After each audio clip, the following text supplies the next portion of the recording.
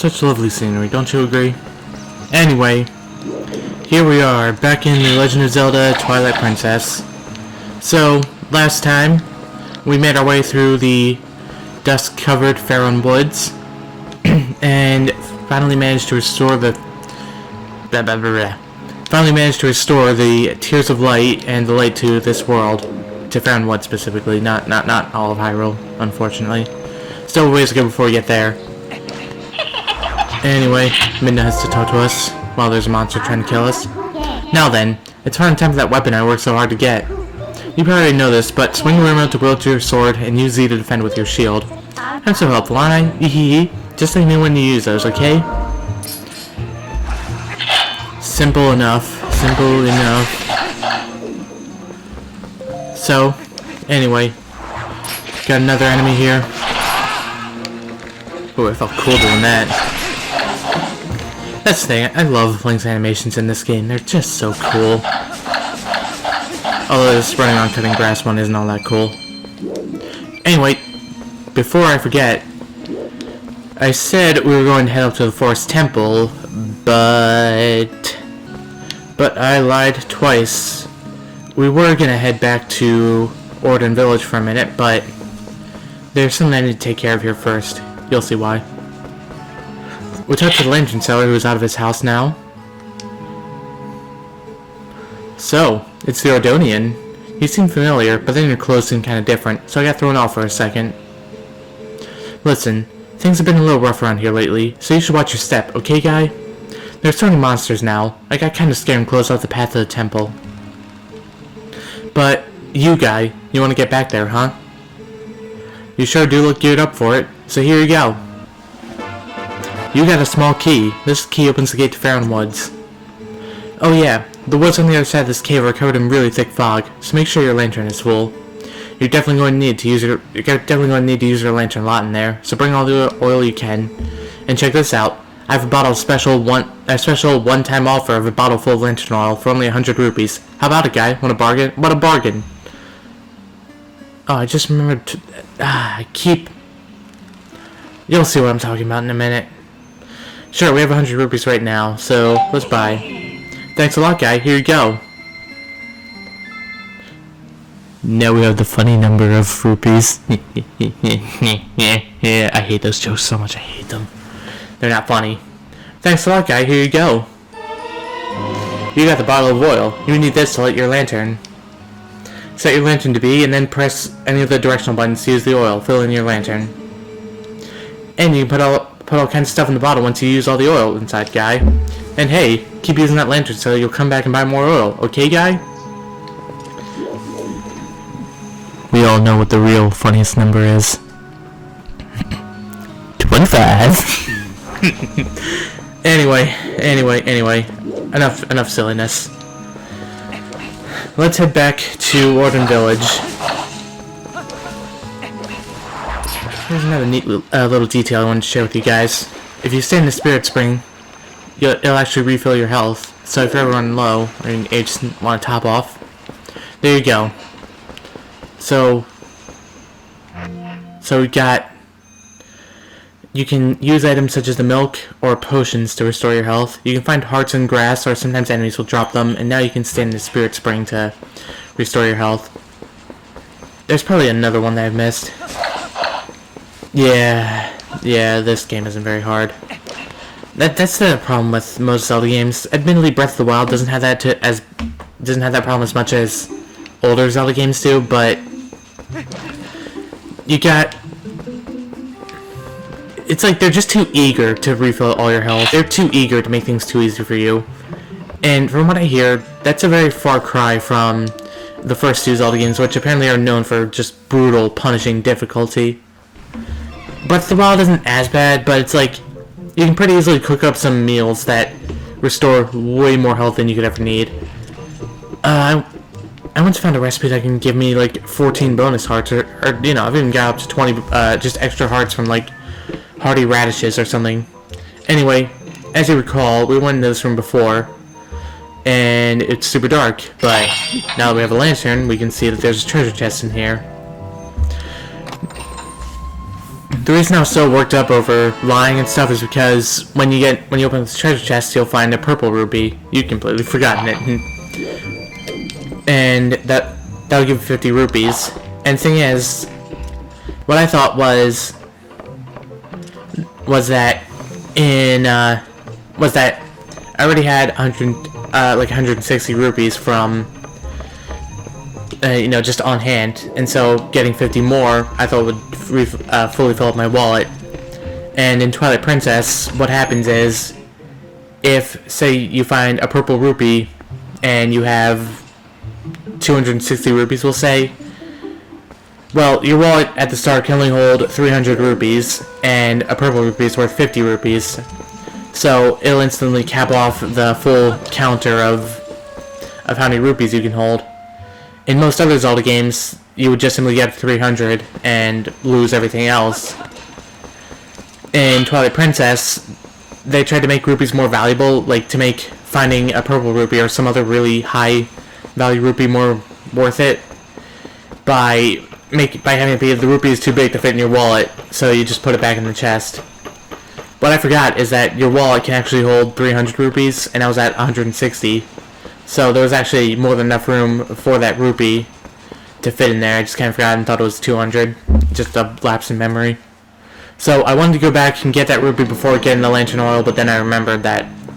But then I misremembered that that rupee was too big when it actually wasn't. And so then I went and got the lantern oil, and I was like, oh wait, actually there was enough room in my wallet for that rupee. What am I thinking? Anyway, enough silliness. What, did you think I was gonna go back to my home village to tell all my friends who are worried for me that I'm fine, that there's one less thing to worry about, that they don't need to fret over me at least? Nah, I wasn't gonna do anything stupid like that. They can all go get heart attacks from the sheer worry for all I care. Or go off doing important things. Like fighting evil plants. Anyway, lantern, key, lantern oil, everything is accounted for.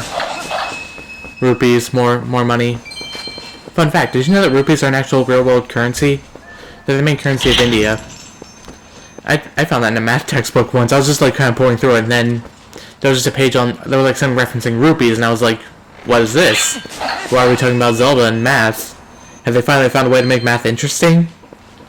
No. Well, yes, I was actually rather interested in that once I found out that rupees are a real currency. But whatever. Anyway, here we are in this dark cave. I lit all the torches earlier, so it's not that dark. Told you we're going to be back here. Not just in the Twilight, where the ambient light is enough to make this place bright. There are enemies before, and here's the weird thing about combat in Zelda games. It's like, you kind of don't need to do it. It's like, in most other games, like say, like a 2D platform, for example, you can, normally they'll like put enemies in your way to obstruct your path and make simple jumps more dangerous or something.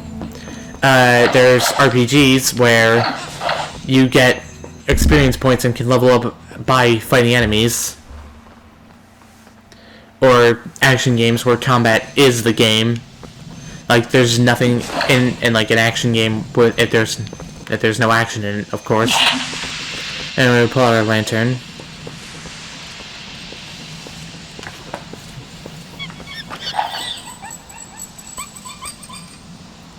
And get it stolen.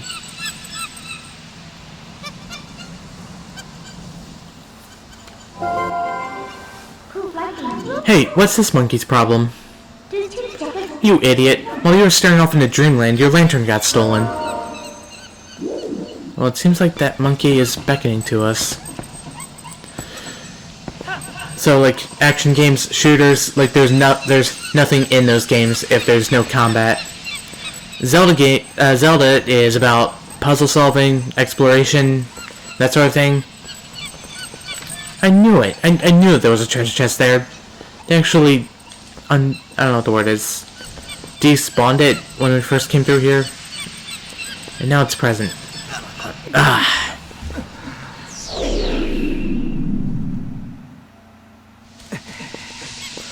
Yep, can't get through the... Can't get stuck in the fog or else you'll get high and die. OD on whatever magic fungus is making this happen. Alright, that'll stop now.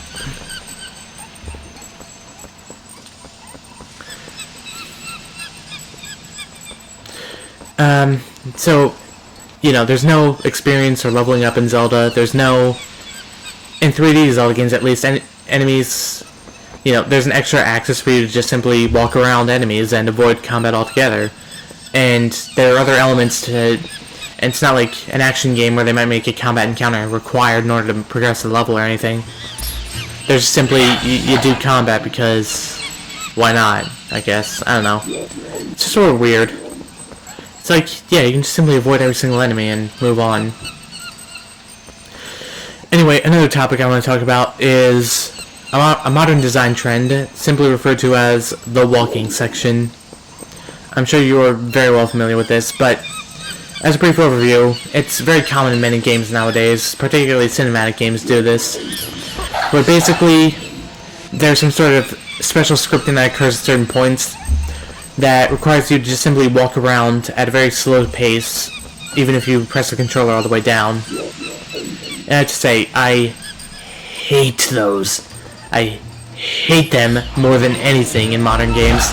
And I'm so sick to death of having to do it in every single game I play nowadays. And the reason I bring that up is because when you get right down to it, this whole monkey guiding you through the forest section is basically just a walking section. You know, technically you're on top speed here, but it's like for all intents and purposes, you have to slowly follow this monkey around. And it annoys me that they put that in there. Just to teach you that the lantern can clear away the fog, even though the guy from the lantern vendor guy explained that to us. Anyway, lantern back. Oh, I thought I could just walk right into it. You got the lantern back. It ran out of oil while you were following that monkey around. So, simple stuff though. Refilling your lantern. We got a bottle of lantern oil right here. Fortunately, we bought that earlier. We take the bottle and we press the left button, and there we go. Lantern refilled. So yeah, make sure you got a good bottle of lantern oil on you. Well, there's actually going to be another chance to refill your lantern, so it's not such a big deal if you didn't get it before. Anyway, we have Bokoblins here. And here's something. Earlier, when we went through this part, we had the wooden sword. Now we have the Orden sword. The difference is that the Orden sword is made out of metal, and as such is more powerful. It deals twice as much damage as the wooden sword dealt. So earlier, Bokoblins went down in 4 hits. Now they only go down in 2. Anyway, the reason I brought up a chance to get lantern oil is because, welcome, hey, buy something, anything. We've got a potion, red potion refill, 30 rupees. This blend of mushrooms and herbs replenishes life energy. Dip an empty bottle with B. Specifically, the red potions heal 8 hearts. We only have 3. It's that situation of, this item is way too good for me to want to use it right now, and possibly lose it for when I need it later. Alternatively, we've got lantern oil refill. The woods are dangerous at night. Don't run out of lamp oil. Dip an empty bottle with B, or just stick your lantern in. So yeah, we can just simply... We can scoop it in the empty bottle, and there we go. And what's interesting about this store is that... No, I don't want red potions, nor do I have an empty bottle to put it in. The way you pay for items is very unique in this store. Just drop the money in the box. Or don't. Stop! Thief! And now we're thieves. Now we're the bad boys. You go in, bird tries to kill you, and he'll keep killing you until you drop the money in the box. Now, I did an awfully mean thing, so I think I deserve to give him a bit of extra money. Don't steal anything. And, wow, okay. I thought he had a line of dialogue for when you pay too much or something. I don't know. Anyway, let's just get that half a heart back with the grass, hopefully.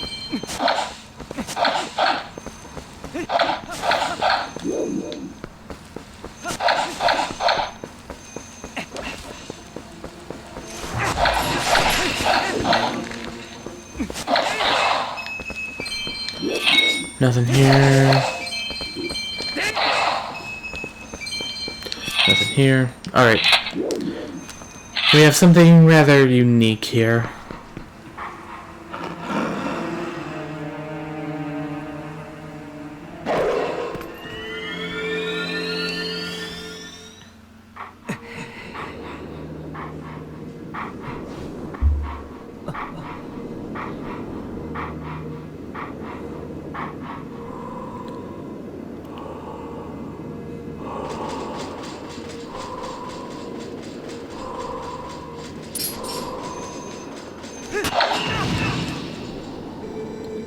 A sword wields no strength, unless the hand that holds it has courage. You may be destined to become the hero of legend, but your current power would disgrace the proud green of the hero's tunic you wear. You must use your courage to seek power, and find it you must. Only then will you become the hero for whom this world despairs. If you do find true courage, and you wish to save Hyrule from the horrors it now faces, then you will be worthy to receive the secrets I hold.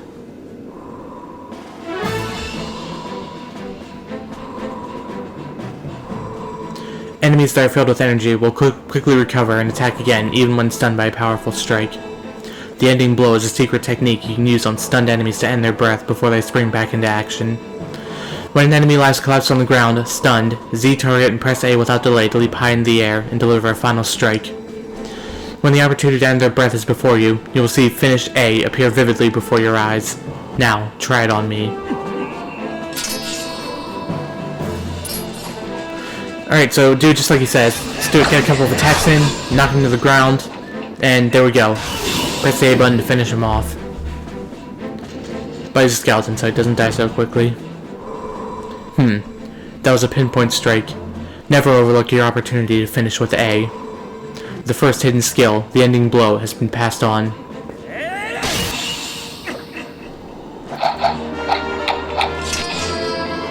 You learn the first hidden skill, the ending blow. When a foe falls, lock on with Z and deliver a final blow with A.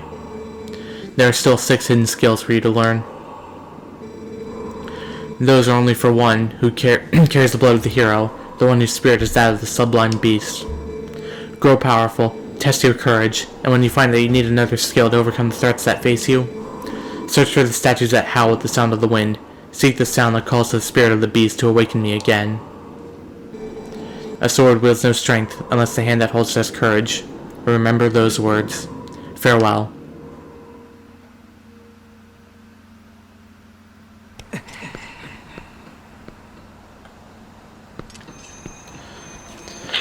And now we have the ending blow learned. The ending blow is a unique ability that you can learn.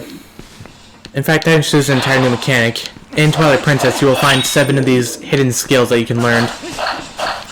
Only one of them is required in order to beat the game, the ending blows we just saw. The ending blow, as you will see momentarily, solves a major problem that the Wind Waker's combat had, if I can show you. Yeah, there are 2 becomes right here. So we spin attack them, and we get to finish them off.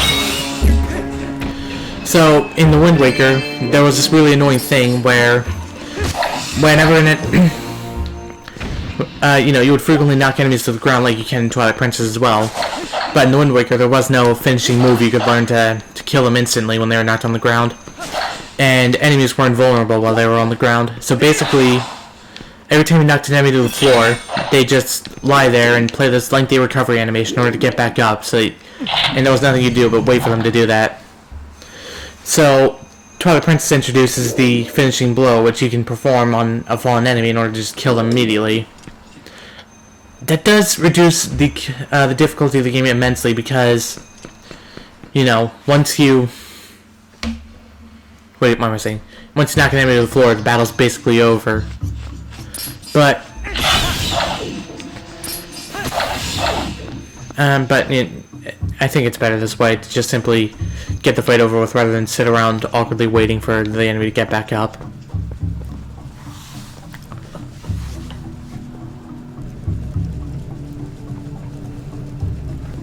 And here we are in the first dungeon, the Forest Temple. And it seems that the welcoming committee is already out here as well. So we got Deku Babas, a Goblin, and some Molchulas making trouble for us. Free the monkey who was trapped in a cage.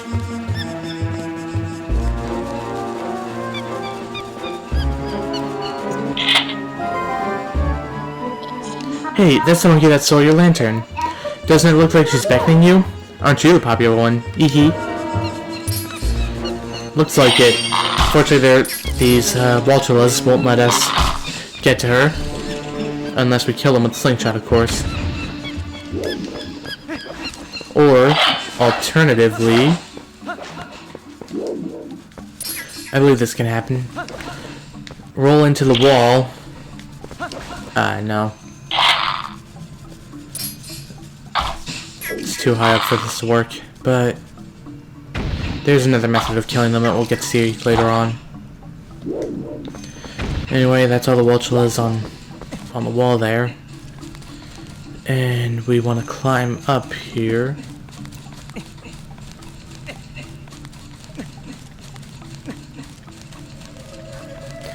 Slowly, deliberately. Climbing can take a little while in Twilight Princess. More so than other Zelda games. We want to climb up on this platform because... Oh, here it is. Treasure chest up here. Treasure chest containing a yellow rupee. Go back down. Climb up these vines now.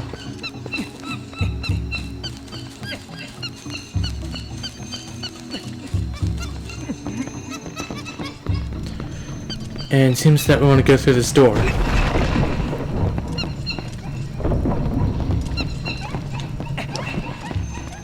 Go through the door, get up on this altar here, and we have another new enemy. The Skulltula. They're basically just giant spiders, but the thing is, they can actually block most of your attacks. There's a way to sort of get through their defenses. When they kind of lift up their front legs like that, that's your cue to just simply knock them down. There's a really neat Easter egg there. After killing certain enemies, if you sheath your sword just after killing them, then you'll get that really cool sheathing animation to play. Anyway, seems that there's something that the monkey wants on this altar. Oh, here we are. I was waiting for Midden to come in. What are you doing turning the lights on? You might as well light them all and make this place really bright. As we saw earlier, see a bunch of lit torches in a single area. Lighting them will make wonderful things happen.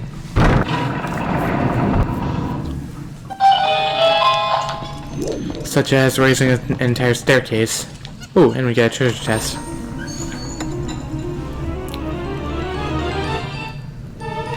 You got the dungeon map. Press 1 to view it and 2 to toggle the mini-map on and off. You visited green rooms. The yellow arrow shows your current location. Tilt the nunchuck stick up and down to change floors. So we do that, press 1, change floors, if there were more than one floor in this dungeon, which there isn't. But anyway, since the monkey wants to go through this door now.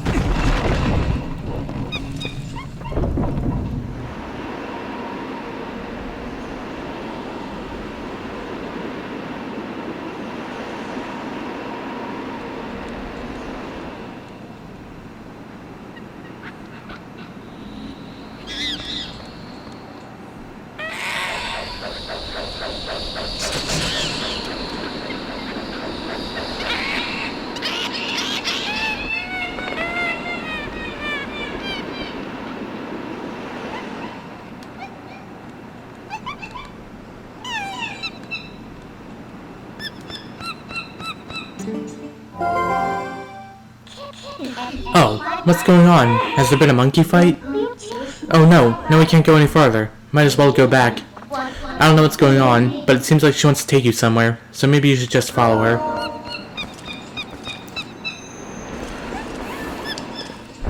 And indeed we shall. Next time on Twilight Princess, I believe I'll cut it here. We will follow the monkey a bit further, and see what else he wants to show us. See you guys then.